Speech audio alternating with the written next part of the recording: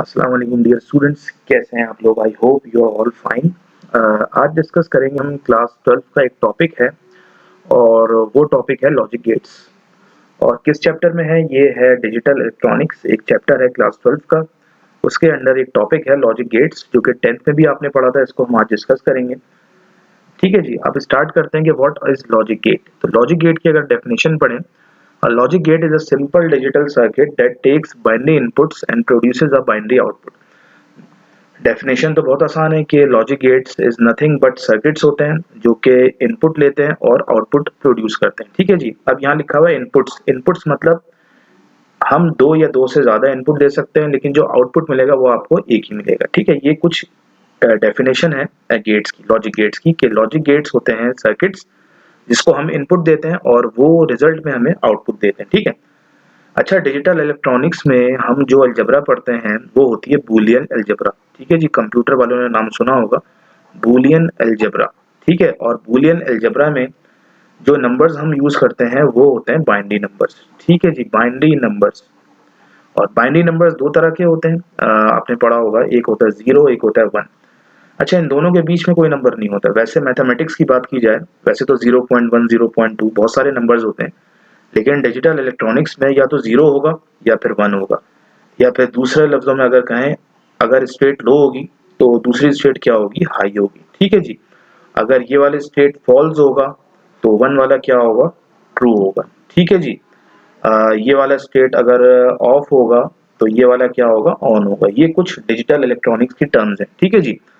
अच्छा, लो और हाई के दरमियान कोई स्टेट नहीं आती, फॉल्स और ट्रू के दरमियान कोई स्टेट नहीं आती, ऑफ और ऑन के दरमियान कोई तीसरी या इंटरमीडिएट स्टेट नहीं आती। इसी तरह 0 और 1 के दरमियान भी कोई नंबर्स नहीं आता, ये आप एज्यूम करें। ठीक है जी, तो इन नंबर्स का गेम है 0 और 1 का लॉजिक गेट्स में। ठीक है जी, तो लॉजिक गेट्स क्या होते हैं, सर्किट्स होते हैं जिनको जो इनपुट हमसे लेते हैं और हमें आउटपुट प्रोड्यूस करते हैं। ठीक है जी, ये तो थी डेफिनेशन।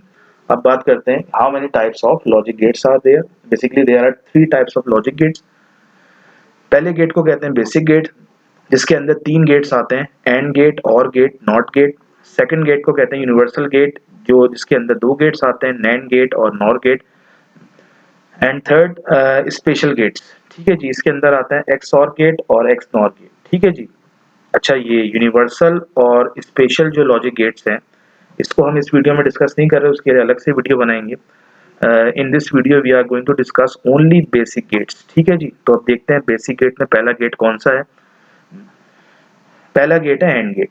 अब एंड गेट क्या होता है, पहले तो इसकी डेफिनेशन से पहले इसकी डायग्राम देखते हैं। ये आपके सामने डायग्राम बनी हुई है, ये बेसिकली एंड गेट की डायग्राम है, जिसको हमने इस डायग्राम के अकॉर्डिंग 2 इनपुट्स दिए हैं। ये आपके सामने 2 इनपुट हैं। ठीक है जी, एक इनपुट को हमने ए बोला, एक इनपुट को हमने बी बोला, और एज अ रिजल्ट हमें ये आउटपुट क्या दे रहा है, आउटपुट हमें ये एक आउटपुट दे रहा है। लास्ट टाइम बताया था अभी थोड़ी देर पहले कि इनपुट भले ही जितने दें आप, 2 दें, 3 दें, 4 दें, लेकिन आउटपुट ये एक ही देगा। और उस आउटपुट को यहाँ पे क्या बोला हुआ है, हमने y बोला हुआ है। ठीक है जी, वैसे कोई भी अल्फाबेट ले सकते हैं, बुक में y है तो हमने भी यहाँ पे y एज्यूम किया। ठीक है जी। अच्छा जी, ये इनपुट हम दे रहे हैं, ये मैं यहाँ लिख देता हूँ इनपुट, और ये हमें दे रहा है आउटपुट। ठीक है जी, ये आउटपुट कैसे दे रहा है, कुछ ना कुछ तो लॉजिक होगी ना। ये इनपुट मल्टीप्लाई हो रहे हैं, ऐड हो रहे हैं, कुछ ना कुछ तो हो रहे होंगे कि ये आउटपुट हमें दे रहा है। तो उसके लिए हम स्टूडेंट्स बूलियन एक्सप्रेशन पढ़ते हैं एंड गेट की, या फिर बूलियन फार्मूला पढ़ते हैं। वो फार्मूला है, अगर आपके पास 2 इनपुट हैं आपके पास, जैसा कि आपके सामने शो हो रहा है ए और बी, तो उनका जो हम आउटपुट निकालेंगे ना, वो कुछ इस फार्मूले से निकालेंगे। आपके सामने नजर आ रहा होगा, दोनों इनपुट को आप क्या करा दें, मल्टीप्लाई करा दें। ठीक है, अगर यही बात 3 वेरिएबल की हो रही होगी, 3 इनपुट की हो रही होगी, तो इस सूरत हाल में आपके पास जो फॉर्मूला बनेगा वो बनेगा y is equals to a dot b dot c। ठीक है जी, तो ये हो गया। अच्छा जी, ये तो आपने आपको फॉर्मूला बता दिया। ठीक है जी, किसका फॉर्मूला, ये एंड गेट का है कि कोई भी 2 वेरिएबल्स हों, उनको आप मल्टीप्लाई करें तो आपको आउटपुट मिल जाएगा। अब बात करते हैं इसके ट्रुथ टेबल की, कि इसका टेबल कैसे बनाएं। तो स्टूडेंट्स, अभी आपके सामने 2 वेरिएबल का टेबल नजर आ रहा होगा, एक को हमने बोला ए, दूसरे इनपुट को हमने बोला बी, और आउटपुट को हमने बोल दिया वाई। तो कुछ कंडीशंस हैं यहाँ पे, 4 कंडीशंस हैं, 1 2 3 4, कि अगर पहला इनपुट 0 है और दूसरा इनपुट भी 0 है तो हमें आउटपुट क्या मिलेगा। इसका आपको फॉर्मूला याद होना चाहिए। फॉर्मूला मैंने आपको बताया है, y is equals to A dot B. दोनों वेरिएबल्स को, दोनों इनपुट को मल्टीप्लाई कर दे, आपको आंसर मिल जाएगा। तो अगर दोनों इनपुट 0 हैं तो 0 0 0 होता है तो आउटपुट भी क्या आएगा, 0 आएगा। और अगर एक इनपुट 0 है, दूसरा इनपुट 1 है, तो 1 इंटू 0 क्या हो, वो भी 0 होगा। इस सूरत हाल में भी आउटपुट 0 आएगा। इसी तरह तीसरी कंडीशन ये है कि अगर फर्स्ट इनपुट 1 है और सेकंड इनपुट 0 है, तो 1 0 से दोबारा 0 हो गया, तो तीसरी कंडीशन में भी आउटपुट 0 आएगा। सिर्फ एक सूरत हाल में आपको आउटपुट मिलेगा 1, जब कि पहला वेरिएबल और दूसरा वेरिएबल दोनों क्या होंगे, 1। तो ये याद कर लें कि ये जैसे डेफिनेशन में लिखा हुआ है, the and gate produces a high. High बोले या ट्रू बोले या 1 बोले, सबका मतलब एक ही है, मैंने बताया था आपको। The and gate produces a high output, मतलब एंड गेट आपको 1 आउटपुट देगा। कब देगा, जब उसके अच्छा जी, जब उसके तमाम इनपुट्स क्या होंगे, देखिए लिखा हुआ है all its input are high, मतलब अगर तमाम इनपुट्स 1 होंगे तो आपको आउटपुट भी क्या मिलेगा, 1 मिलेगा। ठीक है जी। तो ये तो था इनपुट बल्कि एंड गेट का 2 वेरिएबल का चार्ट। अब देखते हैं तीसरा वेरिएबल का चार्ट अवेलेबल है। जी हाँ, बिल्कुल अवेलेबल है। अब बताता हूँ आपको ये 3 वेरिएबल में ये चार्ट कैसे अप्लाई होगा। अब देखें आपके सामने नजर आ रहा होगा ए बी सी। ठीक है जी, पहले हम डील कर रहे थे ए बी को, अब ए बी सी। अब आपको क्या करना है, पहले तो हमारे पास 4 कंडीशंस थी, अब वेरिएबल बढ़े तो कंडीशन भी बढ़ गई, अब हो गई 8 कंडीशंस। ठीक है जी। अब कंडीशंस कुछ इस तरह से याद कर सकते हैं आप, पहले इनपुट ए है, दूसरा इनपुट बी है, तीसरा इनपुट सी है। अब पहले में आप लिख लें, अगर आपको सिर्फ याद ही करना है। ठीक है जी, 4 दफा 0 लिखें आप, देखें 1 2 3 4। ठीक है, 4 दफा 0 और 4 दफा क्या आ गया, 1 आ गया। और दूसरे इनपुट में आप 2 दफा 0 लिखें, 2 दफा 1 लिखें, फिर 2 दफा 0 और 2 दफा 1। ठीक है जी। और इसी तरह तीसरे वेरिएबल में, तीसरे इनपुट में 1 टाइम 0 1 टाइम 1 1 टाइम 0 1 टाइम 1। तो इस तरह करेंगे तो आपके पास 8 कंडीशंस बनेंगी, जिस तरह लास्ट टाइम इस क्या कहते हैं, इस चार्ट में 4 कंडीशंस बनेगी। अब आउटपुट को हमने क्या बोला है, यहाँ पे क्यों लिखा है मिटा देता हूँ, इसको वाई कर देते हैं। अब एंड गेट का फॉर्मूला क्या है, एंड गेट का फॉर्मूला है जितने भी वेरिएबल्स हैं आपके पास, आप इन सबको मल्टीप्लाई कर लें। तो देखें आप सबको मल्टीप्लाई कर रहे हैं तो बल्कि ये और गेट का चार्ट आ गया मेरे पास, इसको मैं एंड कर देता हूँ। ये देखिए मैंने एंड करके लिख दिया। अब देखें 0 0 0 0 0 0 तीनों को मल्टीप्लाई करें तो आंसर तो 0 आएगा, तो पता है आपको।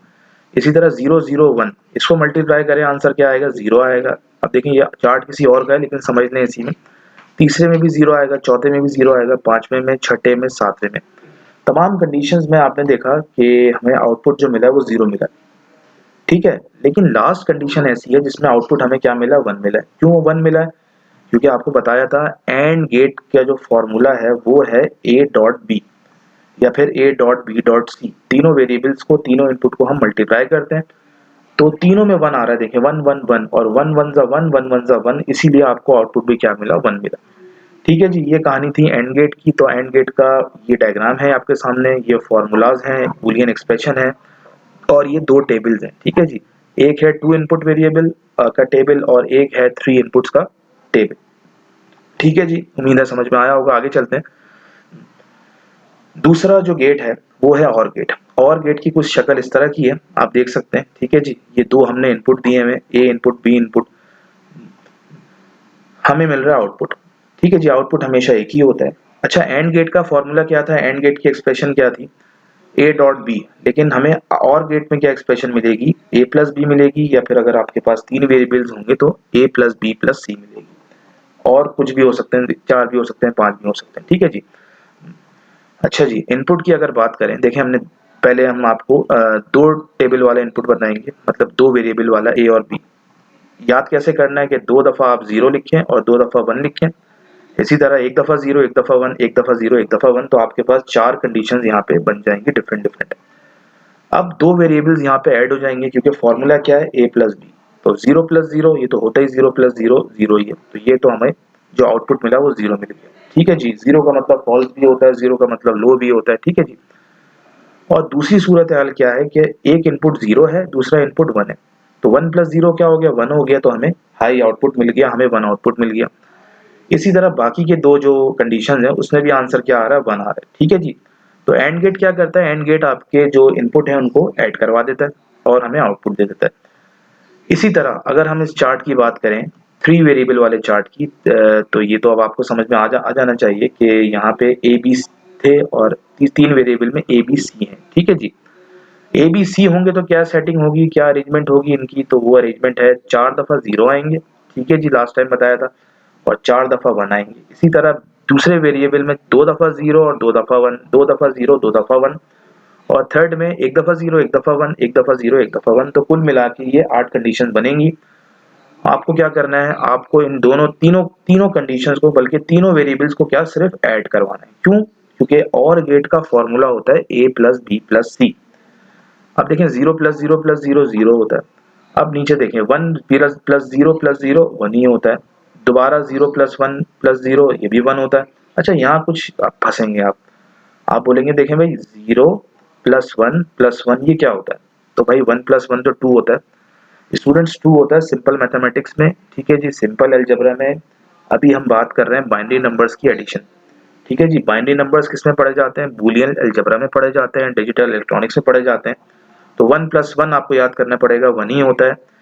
और देखिए बाकी कंडीशन भी आप खुद कर लें, यहाँ भी 1 आएगा, यहाँ भी 1 आएगा, यहाँ भी 1। और अब लास्ट कंडीशन देखें 1 प्लस 1 प्लस 1, ठीक है जी। आप कहेंगे कि 1 प्लस 1 तो 1 होता है, चले मान लिया। तो 1 प्लस 1 प्लस 1 क्या होता है? तो डिजिटल इलेक्ट्रॉनिक्स में बाइनरी नंबर्स में 1 प्लस 1 भी क्या लेंगे हम?